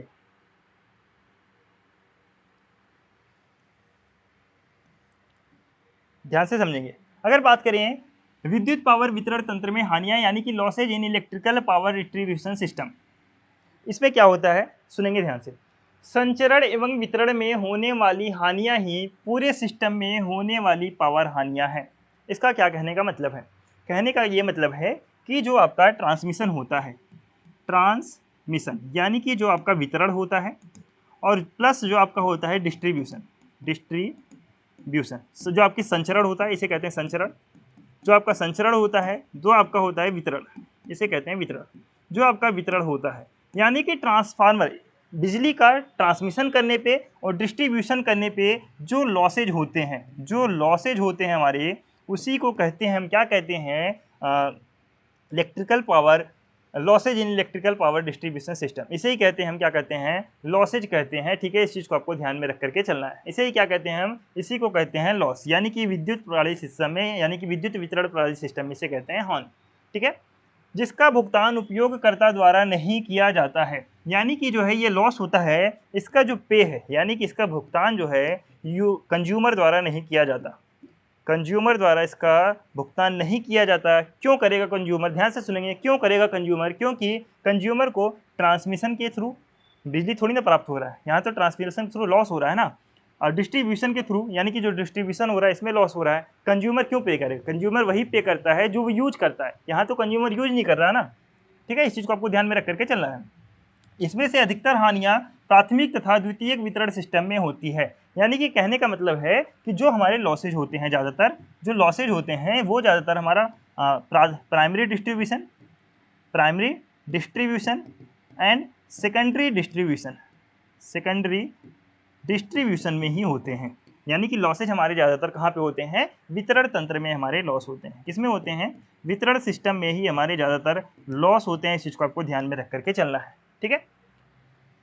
ध्यान से देखेंगे, वितरण क्षेत्र को पूरे बिजली क्षेत्र की सबसे कमजोर कड़ी माना जाता है, यानी कि जो डिस्ट्रीब्यूशन सिस्टम है, यानी कि जो वितरण सिस्टम है, ये क्या है, सबसे कमजोर कड़ी है। क्या है, सबसे कमजोर कड़ी माना जाता है। किसे सबसे कमजोर कड़ी माना जाता है, वितरण सिस्टम को। इस चीज को आपको ध्यान में रख करके चलना है, ठीक है। ट्रांसमिशन लॉस 17%, जबकि डिस्ट्रीब्यूशन लॉस लगभग 50% होता है। यानी कि कहने का यह मतलब है कि ये हमारा जो ट्रांसमिशन होता है, ट्रांसमिशन लॉस जो होता है, ये हमारा सिर्फ होता है 17%, ट्रांसमिशन लॉस 17%, और वितरण लॉस कितना होता है, डिस्ट्रीब्यूशन लॉस होता है 50%। यानी कि देख सकते हैं कि जो है पावर जनरेटिंग स्टेशन से कंज्यूमर तक बिजली पहुंचाने में जो है 50% जो हमारा बिजली का लॉस हो जाता है, 50% हमारा बिजली का लॉस हो जा रहा है सिर्फ पहुंचाने तक, ठीक है। इस चीज़ को आपको ध्यान में रख करके चलना है। अब ध्यान से देखेंगे, एक चीज़ यहाँ पे लिखा हुआ है कि अगर लॉसेज निकालना है, लॉसेज आपको निकालना है, ध्यान से सुनेंगे, अगर आपको लॉस निकालना है कि हमारा कितना बिजली लॉस हुआ, किस तरह से लॉस हुआ, ध्यान से सुनेंगे, कि जो आपका ट्रांसमिशन T&D, यानी कि ट्रांसमिशन यानी कि संचरण में, और आपका डिस्ट्रीब्यूशन में, यानी कि क्या है, आपका ट्रांसमिशन यानी कि संचरण में, और आपका है वितरण में। किसमें, वितरण में कितनी परसेंट हानियां हुई, कैसे निकालेंगे, यानी कि कितने परसेंट हमें लॉस हुआ बिजली का, कैसे निकालेंगे, इसका एक फार्मूला है। फार्मूला ध्यान से सुनेंगे, एनर्जी इनपुट ऑफ फीडेड, यानी कि energy input of feeder, energy input of feeder, इसका क्या मतलब है, ध्यान से सुनेंगे। मैंने आपको एक इमेज दिखाया था, इमेज मैंने आपको बताया था, ध्यान से सुनेंगे। यहाँ पे मैंने आपको दिखाया था इमेज, ध्यान से देखेंगे, ये जो मैंने आपको इमेज दिखाया था, यही देख लीजिए, ये जो आपका इमेज है डिस्ट्रीब्यूशन सिस्टम में, ठीक है। डिस्ट्रीब्यूशन सिस्टम में ये जो आपका होता है, ये आपका होता है फीडर। फीडर का क्या काम होता है, फीडर का काम होता है अलग अलग बिजली पहुंचाने का। फीडर का क्या काम होता है कि जो है अलग अलग क्षेत्रों में, यानी कि अलग अलग कंज्यूमर को बिजली पहुंचाने का कार्य किया जाता है, किसके द्वारा, फीडर के द्वारा, ठीक है। यानी कि यहाँ पे जो है डिस्ट्रीब्यूशन सिस्टम में बिजली आ जाती है, और बिजली यहाँ पे क्या करेगा, फीडर क्या करेगा, बिजली को पहुँचाएगा, ठीक है। तो ये आपका हो गया फीडर। फीडर में हमें कितना इनपुट दिया गया, यानी कि हमारी जो यहाँ से बिजली आई, बिजली आते आते हमारे यहाँ पे फीडर में कितने किलोवाट की बिजली दी गई, कितने किलोवाट आवर की बिजली दी गई, इस चीज़ को आपको ध्यान में रख करके चलना है। ध्यान से देखेंगे, दोबारा आपको बता रहा हूँ क्या हुआ कि एनर्जी इनपुट ऑफ फीडर, यानी कि फीडर को कितनी बिजली दिया गया, माइनस फीडर पे मान लीजिए बिजली कितना आया, मान लीजिए 5000, या फिर लिख सकते हैं हम, क्या लिख सकते हैं, 5000 किलोवाट आवर बिजली आया। कितना आया, 5000 किलोवाट आवर बिजली आया, किसके पास में, फीडर के पास में आया। ठीक है, लेकिन क्या हुआ, जो बिल्ड एनर्जी टू कंज्यूमर्स, यानी कि जो हमें उपभोक्ता के पास में बिजली पहुंचा, हमारे पास में जो बिजली पहुंचा, हमने जो पे किया बिजली के लिए, यानी कि सभी कंज्यूमर्स को मिला करके जितनी बिजली पे किया गया उसको घटा देंगे। किसमें से घटा दीजिएंगे, मान लीजिए सभी कंज्यूमर ने मिल करके 5000 किलोवाट बिजली आई, 5000 किलोवाट पर आवर बिजली आई, सभी कंज्यूमर ने मिल करके बिल पे किया कितना, 2200 किलोवाट पर आवर। कितना पे किया, 2200 किलोवाट पर आवर की बिजली पे किया, तो टोटल लॉस कितनी हो जाएगी, और बटे जो है एनर्जी इनपुट किलोवाट, यानी कि टोटल कितनी एनर्जी हमारा उत्पन्न हुआ था। ठीक है, वो कितनी इनपुट में दी गई, ठीक है, वो कितनी इनपुट में दी गई, तो हम इससे निकाल सकते हैं। यानी कि यहाँ से आप देखेंगे कितने एनर्जी परसेंट कितना लॉस हो गया हमारा, 5000 में से 2200 निकालेंगे तो कितना आ जाएगा, 2800 किलोवाट पर आवर का यहीं पे हमारा लॉस हो रहा है। उसके बाद हम इसे डिवाइड करेंगे, ठीक है, यानी कि हमारा जो है ये हमारा निकल के आया इतना। उसके बाद हम एनर्जी टोटल इनपुट कितना दिया था, जब हम इससे डिवाइड करेंगे, डिवाइड करने के बाद 100 से मल्टीप्लाई करेंगे, तो ये हमारा किस में निकल के आएगा, ये हमारा निकल के आएगा लॉस परसेंटेज, यानी कि T&D जो है लॉस परसेंटेज में निकल के आएगा। किस में निकल के आएगा, परसेंटेज में निकल के आएगा। इस चीज़ को आपको ध्यान में रख करके चलना है। ठीक है, अगर आपके एग्जाम में पूछे जाने की ज़्यादातर संभावना है कि लॉसेज इन इलेक्ट्रिकल सिस्टम, तो इस तरह से आपको बताना है कि संचरण और वितरण लाइन में जो हमारी हानि होती है उसे ही कहते हैं कि हमारी हानि टोटल जोड़ी जाती है। संचरण में 17% की हानि होती है, वितरण सिस्टम में ही जो हमारा 50% की हानि होती है। यानी कि कहने का क्या मतलब है कि जो हमारा डिस्ट्रीब्यूशन सिस्टम होता है उसमें सबसे ज़्यादा हानि हमारा होता है। ठीक है, उसके बाद अगर हम ट्रांसमिशन एंड डिस्ट्रीब्यूशन सिस्टम की लॉस निकालें, यानी कि हानि के फार्मूला की बात करें, तो हमारा जो है टोटल कितनी एनर्जी फीडर को दिया गया, टोटल कितनी इनपुट जो है फीडर को दिया गया किलोवाट पर आवर में, माइनस कितने परसेंट जो है, कितने टोटल जो है माइनस किससे करेंगे, माइनस घटाएंगे, किसे घटाएंगे, बिल्ड एनर्जी, यानी कि जो है कंज्यूमर के द्वारा कितनी बिल्ड यानी कि पे किया गया एनर्जी को किसमें घटाएंगे, किलोवाट पर आवर। ठीक है, ऑल अपान करेंगे कितना, ऑल अपान करेंगे total input energy, total input energy जो है ऑल अपान करेंगे तो आपका फार्मूला आपका ये निकल के आ जाएगा, और मल्टीप्लाई कर देंगे 100 से, मल्टीप्लाई कर देंगे 100 से, तो आपका ये परसेंटेज निकल के आ जाएगा। उम्मीद करता हूँ आपको ये समझ में आ गया होगा। अब यही चीज़ अंग्रेजी में, the loss in transmission and distribution are the power loss in the entire system, यानी कि जो हमारा डिस्ट्रीब्यूशन में और ट्रांसमिशन लाइन में पावर लॉस होता है वो हमारी सभी पूरे सिस्टम में हमारी लॉस मानी जाती है। The transmission and distribution losses are that losses that are not paid for by the user, यानी कि जो हमारी डिस्ट्रीब्यूशन और ट्रांसमिशन में लॉस होती है वो यूजर के द्वारा पे नहीं किया जाता है। Most of these losses occur in the primary and secondary distribution, यानी कि ज़्यादातर लॉस किसमें होता है, प्राइमरी डिस्ट्रीब्यूशन और सेकेंडरी डिस्ट्रीब्यूशन में हमारा लॉस होता है। The distribution sector is consider to the weakest link in the entire power system sector, entire power sector, यानी कि जो पूरा पावर सेक्टर में जो है सबसे कमजोर कड़ी किसे माना जाता है, डिस्ट्रीब्यूशन सिस्टम को माना जाता है। ठीक है, the transmission loss is 17% while distribution loss is around 50%, यानी कि जो है ट्रांसमिशन लॉस 17% होता है, डिस्ट्रीब्यूशन लॉस 50% होता है। Transmission and distribution loss formula का निकालने का फार्मूला है energy input of feeder kilowatt per hour minus billed energy to the consumer kilowatt per hour all upon energy input kilowatt per hour में। ठीक है, इतना आपको ध्यान में रख करके चलना है। अब बात कर लेते हैं ट्रांसमिशन एंड डिस्ट्रीब्यूशन लॉस के प्रकार। ठीक है, यानी कि जो है ट्रांसमिशन एंड डिस्ट्रीब्यूशन लॉस के प्रकार के बारे में बात करें तो यह दो प्रकार के होते हैं। कौन कौन सा है, एक तो आपका होता है ट्रांसमिशन लॉस, एक होता है आपका टेक्निकल लॉस, दूसरा होता है नॉन टेक्निकल लॉस। ठीक है, तो इन्हीं दो लॉस को आप समझने वाले हैं। यानी कि अगर बात करें ट्रांसमिशन एंड डिस्ट्रीब्यूशन लॉस दो प्रकार के हैं, कौन कौन से, एक है आपका तकनीकी नुकसान यानी कि टेक्निकल लॉस, दूसरा है गैर तकनीकी नुकसान यानी कि नॉन टेक्निकल लॉस। समझेंगे टेक्निकल लॉस क्या होता है। जब वितरण सिस्टम में यानी कि जब डिस्ट्रीब्यूशन सिस्टम में लगे उपकरण यानी कि लगा जो इक्विपमेंट है, डिवाइस है, और तार में ऊर्जा हानि होता है तो इसे तकनीकी हानि कहते हैं। यानी कि कहने का क्या मतलब होता है कि जब डिस्ट्रीब्यूशन सिस्टम में जो डिवाइस लगे हुए होते हैं, जो वायर लगे हुए होते हैं, जो तार लगे हुए होते हैं, उनमें जो लॉसेज होते हैं उसे कहते हैं तकनीकी नुकसान यानी कि टेक्निकल लॉसेज। आप समझते हैं नॉन टेक्निकल लॉसेज क्या होता है कि वह ऊर्जा हानि जिसका उपयोगकर्ता भुगतान नहीं करता है, अर्थात जिस ऊर्जा को मीटर किसी कारणवश रीड नहीं कर पाता है, गैर तकनीकी हानि कहलाता है। मैंने आपसे बताया तकनीकी हानि वह होता है जिसमें जो है, जिसमें क्या होता है, तकनीकी हानि वह होता है जिसमें सिस्टम में लगे डिवाइस जो हैं और वायर जो होते हैं उसमें जो लॉसेज होते हैं वो होता है आपका technical loss. Non technical loss क्या होता है कि जिसका यूजर पे नहीं करता है। पे किस लिए नहीं करता है, क्योंकि जो है वह मीटर में किसी कारणवश रीड उसे नहीं कर पाता, यानी कि जो आपका मीटर लगा हुआ होता है वह किसी कारणवश रीड नहीं कर पाता उसे, तो इस वजह से हमारी ऊर्जा हानि होती है। ठीक है, अब इसका कारण क्या है, ये हानि जो है खराब मीटर, मीटर में त्रुटि, ऊर्जा चोरी से होता है। यानी कि जो नॉन टेक्निकल लॉसेज हैं ये आपकी कभी कभी मीटर खराब हो जाता है उसकी वजह से लॉसेज होता है। मीटर में त्रुटि, ठीक है, यानी कि कभी कभी जो है मीटर मीटर जो होता है रॉन्ग दिखाने लगता है, कि रॉन्ग दिखाने लगता है कि आपने इतने यूनिट बिजली का कंजप्शन किया, रॉन्ग दिखाने लगता है, तो उस केस में आपका हानि होता है बिजली का। ऊर्जा चोरी, यानी कि जो है बहुत सारे लोग बिजली की चोरी करते हैं तो उस वजह से भी आपका नॉन टेक्निकल लॉस में ही आपका आता है। ठीक है, इस चीज़ को आपको ध्यान में रखना है। यानी कि energy losses that the user doesn't पे फॉर, यानी कि ऐसी लॉसेज जिसका यूजर पे नहीं करता उसे कहते हैं नॉन टेक्निकल लॉस।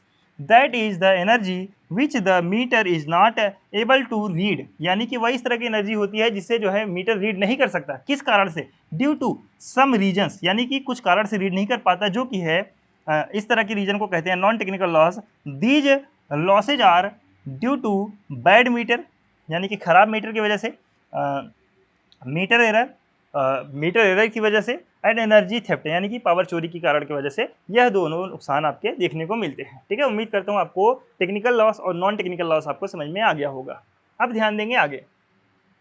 अब क्या समझना है, तकनीकी नुकसान के मुख्य कारण, यानी कि जो आपके टेक्निकल लॉस होते हैं उसका मेन रीजन क्या है। मैंने आपको बताया उसका मेन रीजन क्या है, आपका जो इक्विपमेंट होता है, इक्विपमेंट और वायर में जो लॉसेज होते हैं उसे कहते हैं टेक्निकल लॉस। अब इसका रीजन क्या है, यानी कि क्यों नुकसान होता है हमारा टेक्निकल लॉस, ध्यान से समझेंगे। इसके कुछ कारण दिए हुए हैं, जैसे कि आपका लंबी वितरण लाइन, यानी कि जो हमारा डिस्ट्रीब्यूशन सिस्टम होता है, डिस्ट्रीब्यूशन सिस्टम में कि जो हमारी लाइनें होती हैं काफ़ी ज़्यादा लंबी होती हैं, इसके कारण से हमारा टेक्निकल लॉस होता है पहला। यानी कि कहने का मतलब यह है कि वितरण लाइन में 11 किलो वोल्ट व 415 वोल्ट की सप्लाई दूर दूर गाँव व शहरों के घरों में भेजी जाती है, कम वोल्टेज होने के कारण ऊर्जा की हानि होती है। यानी कि जो सप्लाई होती है डिस्ट्रीब्यूशन सिस्टम में वो काफ़ी लंबी लंबी होती है, ठीक है, यानी काफ़ी दूर दूर होता है, तो जिसकी वजह से जो है वोल्टेज की कमी हो जाती है, यानी कि ऊर्जा की हानि देखने को आपको मिलता है। In the distribution line the supply of 11 kilo volt and 415 volt is sent to the homes, यानी कि घर तक भेजे जाते हैं, फॉर फ्लंग विलेज दूर दूर तक, एंड सिटीज दूर शहरों और गाँव में भेजे जाते हैं। Energy loss due to low voltage, यानी कि एनर्जी जो लॉस होता है यहाँ पे वो लो वोल्टेज के कारण एनर्जी लॉस हो जाता है। दूसरा है भार केंद्रों से दूर वितरण ट्रांसफार्मर की स्थापना, यानी कि जो लोड सेंटर होते हैं, क्या होता है, जो लोड सेंटर होते हैं, लोड सेंटर जो होते हैं वो डिस्ट्रीब्यूशन सेंटर से, कहाँ से, डिस्ट्रीब्यूशन सेंटर से दूर होते हैं। डिस्ट्रीब्यूशन सेंटर से दूर होने के कारण, यानी कि जो आपका अगर आपका लोड सेंटर है जो है डिस्ट्रीब्यूशन सेंटर से दूर होता है, तब भी आपका ट्रांसफार्मर की स्थापना जो होती है, जो ट्रांसफार्मर होते हैं, ध्यान से समझेंगे, जो आपका डिस्ट्रीब्यूशन सेंटर की डिस्ट्रीब्यूशन ट्रांसफार्मर सेंटर जो होते हैं, कौन सा, डिस्ट्रीब्यूशन ट्रांसफार्मर सेंटर जो होते हैं लोड सेंटर से दूर होने के कारण जो है बहुत दूर होते हैं, जिसकी वजह से ये लॉसेज देखने को मिलता है। दूर के उपभोक्ताओं को कम ऊर्जा प्राप्त होता है, यानी कि जो जितना दूर रहेगा कंज्यूमर उतना कम वोल्टेज प्राप्त होता है। अगर वो कम वोल्टेज प्राप्त होगा तो क्या होगा कि ट्रांसफार्मर दूर होने के कारण वोल्टेज ड्रॉप की संभावना बनी रहती है, यानी कि कम ऊर्जा प्राप्त होगा, कभी कभी उससे ज़्यादा ऊर्जा प्राप्त हो जाएगा, कभी कभी कम ऊर्जा प्राप्त होगा, यानी कभी कभी बराबर ऊर्जा मिल जाए, कभी कभी कम ऊर्जा मिल जाए, तो उससे वोल्टेज ड्रॉप की संभावना वैसे बनी रहती है। इसीलिए ट्रांसफार्मर को सेंटर में होना चाहिए, इसीलिए कहते हैं कि जो ट्रांसफार्मर होना चाहिए जो है गाँव के बिल्कुल बीच में होना चाहिए, सेंटर में होना चाहिए, ताकि प्रत्येक कंज्यूमर को जो है बराबर ऊर्जा मिले। ठीक है, इतना चीज़ आपको ध्यान में रख करके चलना है। A distant consumer receive less energy, यानी कि जो दूर के कंज्यूमर होते हैं उन्हें कम ऊर्जा प्राप्त होती है, due to the distance of the transformer, transformer की दूर होने के कारण there is a possibility of voltage drop, यानी कि जो है वोल्टेज ड्रॉप की पॉसिबिलिटी यानी कि संभावना बनी रहती है। दैट्स वाई, इसलिए the transformer should be in the centre, इसीलिए जो है ट्रांसफार्मर को सेंटर में होना चाहिए। इस चीज़ को आपको ध्यान में रख करके चलना है। यानी कि दो मैंने आपको टेक्निकल लॉस बताए, एक बताया कि लंबी वितरण लाइन होने के कारण, दूसरा मैंने आपको बताया जो ट्रांसफार्मर होते हैं वो जो हैं बीच में नहीं लगे होते हैं। ट्रांसफार्मर जो होते हैं वो बीच में नहीं लगे होने के कारण भी क्या होता है कि जो है ऊर्जा का लॉस होता है। ठीक है, इस चीज़ को आपको ध्यान में रख करके चलना है। तीसरे की अगर बात करें तो वितरण लाइनों के कंडक्टरों का अपर्याप्त आकार, यानी कि जो डिस्ट्रीब्यूशन सेंटर जो डिस्ट्रीब्यूशन लाइन होती है उसमें जो कंडक्टर लगे हुए होते हैं उसका जो साइज जो फिक्स ना होने के कारण भी हमारा लॉस होता है। यानी कि कंडक्टर के आकार को मानक कंडक्टर के केवीए मल्टीप्लाई किलोमीटर के क्षमता के आधार पर न चुनने के कारण भी ऊर्जा हानि होती है। यानी कि हमारे जो कंडक्टर होते हैं वितरण लाइन में जो कंडक्टर लगाए जाते हैं किस तरह से चुनना चाहिए, इसका एक फार्मूला है, यानी कि kilo volt ampere multiply by kilometre. Kilo volt ampere multiply by kilometre से जो हम फार्मूला से जो है कंडक्टर को चुनते हैं तो वो हमारा बिल्कुल सही होता है। लेकिन क्या किया जाता है कि जो हमारा ये फार्मूला होता है kilo volt ampere multiply by kilometre से जो है इस फार्मूले को हम यूज ना करके हम ऐसे ही अपने हिसाब से जो है कंडक्टर को चूज कर लेते हैं, तो उससे क्या होता है हमारा बिजली का लॉस होता है, इलेक्ट्रिकल लॉस होता है। इस चीज़ को आपको ध्यान में रख करके चलना है। यानी कि energy loss is also caused by not selecting the conductor size on the basis of kilo volt ampere multiply kilometre capacity, ठीक है, ऑफ द स्टैंडर्ड कंडक्टर। यानी कि मानक कंडक्टर का फार्मूला कौन सा है? स्टैंडर्ड कंडक्टर का फार्मूला है केवीए मल्टीप्लाई बाई किलोमीटर, यानी कि kilo volt ampere multiply by kilometre. ये आपका मानक कंडक्टर का फार्मूला होता है। जब इस फार्मूले से आप कंडक्टर को चुनते हैं तो आपका बिजली लॉस नहीं होता। जब इस फार्मूले से आप कंडक्टर को नहीं चुनते हैं तो आपका क्या होता है, बिजली लॉस होता है। इस चीज़ को आपको ध्यान में रख करके चलना है। आपका लास्ट आपका कौन सा है? प्राथमिक और माध्यमिक वितरण प्रणाली का कम पावर फैक्टर, यानी कि जो है low power factor of primary and secondary distribution system. यानी कि प्राथमिक और माध्यमिक, यानी कि प्राथमिक और द्वितीयक जो वितरण सिस्टम होता है उसमें पावर फैक्टर का कम होना। क्या होना? पावर फैक्टर का कम होना। पावर फैक्टर क्या होता है मैं आपको अगले लेक्चर में बताऊंगा। अभी बस इतना समझ लीजिए कि कम पावर फैक्टर के कारण भी क्या होता है, कम पावर फैक्टर के कारण भी बिजली का लॉस होता है, ठीक है। यानी कि अधिकांश लो टेंशन वितरण सर्किट में आमतौर पर पावर फैक्टर 0.65 से 0.75 होती है। कम पावर फैक्टर की भी ऊर्जा हानि का कारण बनता है। इंग्लिश में यही लिखा हुआ है, most low tension distribution circuit typically have power factor of 0.65 to 0.75। Low power factor also causes energy loss. यानी कि लो पावर फैक्टर के कारण, कहने का क्या मतलब होता है कि जो डिस्ट्रीब्यूशन सिस्टम होता है, डिस्ट्रीब्यूशन लाइन में लो पावर फैक्टर के कारण हमारी एनर्जी की लॉस होती है। लो पावर फैक्टर क्या होता है मैं आपको कल समझाऊंगा पावर फैक्टर क्या होता है, ठीक है। अभी बस आपको इतना ध्यान रखना है कि लो पावर फैक्टर के कारण हमारा बिजली का हानि होता है, यह हमारा टेक्निकल लॉस में आता है। आगे ध्यान से देखेंगे, तकनीकी नुकसान के मुख्य कारण में आपका पांचवा कौन सा है? 4 मैंने आपको बताया, पांचवा ध्यान से देखना है, लोड फैक्टर प्रभाव, यानी कि load factor effect on loss. यानी कि जो लोड फैक्टर है, लोड फैक्टर का क्या मतलब है कि ग्राहक की बिजली का खपत जो है पूरे दिन और मौसम में बदलती रहती है, तो भार भिन्नता यानी कि लोड डिफरेंस के कारण भी ऊर्जा का हानि होता है। ध्यान से सुनेंगे, यानी कि देखेंगे ज़्यादातर जो घर होते हैं, यानी कि जो डोमेस्टिक यानी फिर घरेलू जो होते हैं, उनमें क्या होता है ऊर्जा ज़्यादातर कब यूज़ किया जाता है? ऊर्जा ज़्यादातर यूज़ किया जाता है तो सुबह के टाइम में, या तो सुबह के टाइम में किसमें, या तो आपका सुबह के टाइम में यूज किया जाता है, या फिर यूज़ किया जाता है ज़्यादातर, अगर ज़्यादातर की बात करें तो शाम में यूज़ किया जाता है घरेलू में, यानी कि घरों में, ठीक है। अगर बात करें वहीं किसकी बात करें, इंडस्ट्री की, इंडस्ट्री में क्या होता है आपका, यानी कि उद्योग में या फिर कॉमर्शियल की बात करें तो वो ज़्यादातर ऊर्जा अपना दोपहर में यूज करते हैं। तो ये जो आपका लोड फैक्टर है, यानी कि जो आपका लोड भिन्नता है, पूरा दिन और मौसम, बदलते मौसम के हिसाब से भी लोड भिन्नता अलग अलग होता है, तो बदलते हुए लोड फैक्टर के प्रभाव के कारण भी हमारा ऊर्जा का लॉस होता है। ये चीज़ आपको ध्यान में रख करके चलना है। The consumers power consumption varies through out the days and season, so load variation also results in energy loss, ठीक है। यानी कि जो है लोड भिन्नता के कारण, यानी कि दिन प्रतिदिन या फिर मौसम के बदलाव के कारण भी हमारा जो है लोड भिन्नता होती है, जिसके कारण हमारी ऊर्जा का हानि होता है। अगर बात करें लास्ट आपका पॉइंट है टेक्निकल लॉसेज में, पुराना तार या लो क्वालिटी तार, यानी कि जब आपने देखते हैं कि आपका वायर जो है काफ़ी पुराना हो जाता है, या फिर देखते हैं कई हाई क्वालिटी के तार आते हैं, या फिर हाई क्वालिटी के वायर आते हैं, कई आपका लो क्वालिटी के वायर होते हैं। जब आप लो क्वालिटी का वायर यूज करते हैं या फिर आपका तार काफ़ी पुराना, वायर काफ़ी पुराना हो जाता है, उसमें भी आपका एनर्जी का लॉस होता है, ठीक है।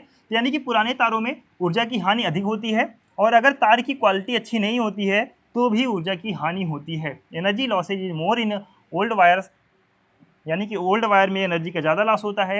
And even if the quality of the wire is not good then also there is a loss of energy. और अगर आपके तार की क्वालिटी अच्छी नहीं होती है, वायर की क्वालिटी अच्छी नहीं होती है, तो भी आपकी ऊर्जा की हानि यानी कि एनर्जी का लॉस होता है। इस चीज़ को आपको ध्यान में रख करके चलना है, ठीक है। अब बात कर लेते हैं नॉन टेक्निकल लॉस की। यानी कि main reason for non technical loss, यानी कि नॉन टेक्निकल लॉस के क्या रीजन है, ध्यान से सुनेंगे। पहला है बिजली चोरी, यानी कि पावर थेफ्ट। बिजली चोरी सबसे बड़ा मामला है इंडिया के अंदर, सबसे ज़्यादा बिजली चोरी होती है, आप सभी को पता है। तो आप इस बारे में अच्छे से एग्जाम में लिख के आ सकते हैं, मुझसे भी ज़्यादा अच्छे से। तो गैर तकनीकी यानी कि नॉन टेक्निकल हानि का सबसे बड़ा कारण है बिजली की चोरी। इसमें कंज्यूमर यानी कि उपभोक्ता मीटर के पास जो है शक्तिशाली चुंबक रख करके, यानी कि पावरफुल मैग्नेट अगर आप मीटर के पास में रख देते हैं, तो क्या होता है कि मीटर की जो रीडिंग होती है बहुत ज़्यादा स्लो हो जाती है। जब मीटर की रीडिंग स्लो हो जाती है तो उसमें आपका पावर लॉस होता है, यानी कि जो है आपको कम मीटर के हिसाब से, कम रीडिंग के हिसाब से कम पैसा देना होगा। जब आप कम पैसा देंगे लेकिन एनर्जी आपने ज़्यादा यूज किया हुआ है तो सरकार को क्या होगा, पावर लॉस होगा, ठीक है।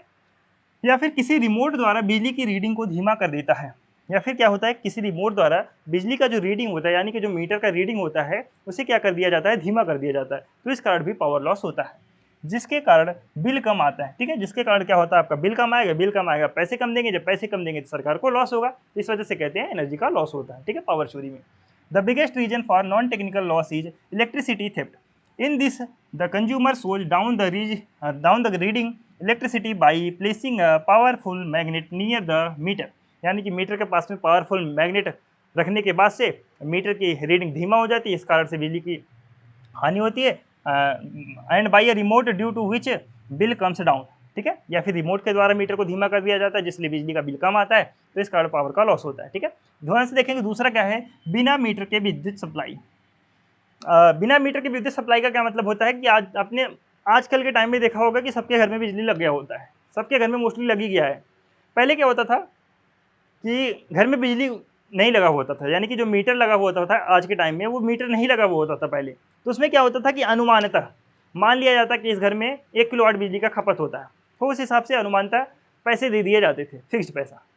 लेकिन क्या होता था, किसी किसी घर में ज़्यादा बिजली का यूज होता था, किसी किसी घर में कम यूज होता था। तो कम यूज जो करते थे उन्हें घाटा होता था, जो ज़्यादा यूज करते थे उन्हें फायदा होता था। तो जो ज़्यादा यूज करते थे उनके हिसाब से क्या होता था, सरकार को बिजली की हानि होती थी। यही चीज़ है आपका बिना मीटर के विद्युत सप्लाई में। इसमें मीटर न लगे होने के कारण उपभोक्ता द्वारा प्रयोग किए गए बिजली का अनुमान लगाकर बिलिंग करना पड़ता है, यानी कि अनुमान लगाकर बिजली का बिलिंग किया, जिसमें विद्युत हानि की संभावना बनी रहती है, ठीक है। जिसमें क्या होता है कि विद्युत लॉस की संभावना बनी रहती है। The billing has to be done by estimating the electricity used by the consumer due to the non installation of meter in the it, ठीक है। यानी कि क्या होता है कि बिलिंग जो होता है एस्टिमेटिंग, यानी कि अंततः जो है अनुमानता किया जाता है, यानी कि अनुमान लगा के किया जाता है यूजर के द्वारा जो भी बिजली का यूज किया जाता है, ठीक है, मीटर में। तो उसमें क्या होता है कि in which there is a possibility of power loss, यानी कि वहाँ पे क्या होता है पावर लॉस की पॉसिबिलिटी बनी रहती है। इस चीज़ को आपको ध्यान में रख करके चलना है, ठीक है। अब ध्यान देंगे आगे, यहाँ पे आपका 3 टॉपिक पूरी तरीके से कंप्लीट हो गया। यानी कि कौन कौन से टॉपिक आपके कंप्लीट हो गए हैं, आपके कंप्लीट हो गया types of electrical supply system. Types of electrical supply system ये आपका कंप्लीट हो गया। दूसरा आपका कंप्लीट हो गया सिंगल लाइन डायग्राम। तीसरा आपका कंप्लीट हो गया losses in electricity power distribution, ठीक है। यहाँ से यानी कि अंडरस्टैंडिंग इलेक्ट्रिसिटी बिल से कल से आपका शुरू करेंगे। तो उम्मीद करता हूँ सभी पॉइंट आपको समझ में आया होगा, हर एक पॉइंट आपको अच्छे से समझ में आया होगा। समझ में आया होगा तो आप कमेंट में करेंगे, यस सर लिखेंगे कि आपको पूरी तरीके से टॉपिक क्लियर हो गया है, ठीक है। जिस स्टूडेंट को नहीं समझ में आया होगा वो कमेंट में पूछ सकते हैं कि कौन सा टॉपिक या फिर कौन सा सब टॉपिक उन्हें समझ में नहीं आया है, मैं आपको दोबारा से उस टॉपिक को समझा दूंगा, ठीक है। और क्लास आपको अगर पसंद आया हो तो क्लास को लाइक करेंगे, शेयर करेंगे अपने सभी दोस्तों के साथ में। मिलते हैं बहुत जल्द नेक्स्ट क्लास में, तब तक के लिए टाटा बाय बाय, ध्यान रखेंगे।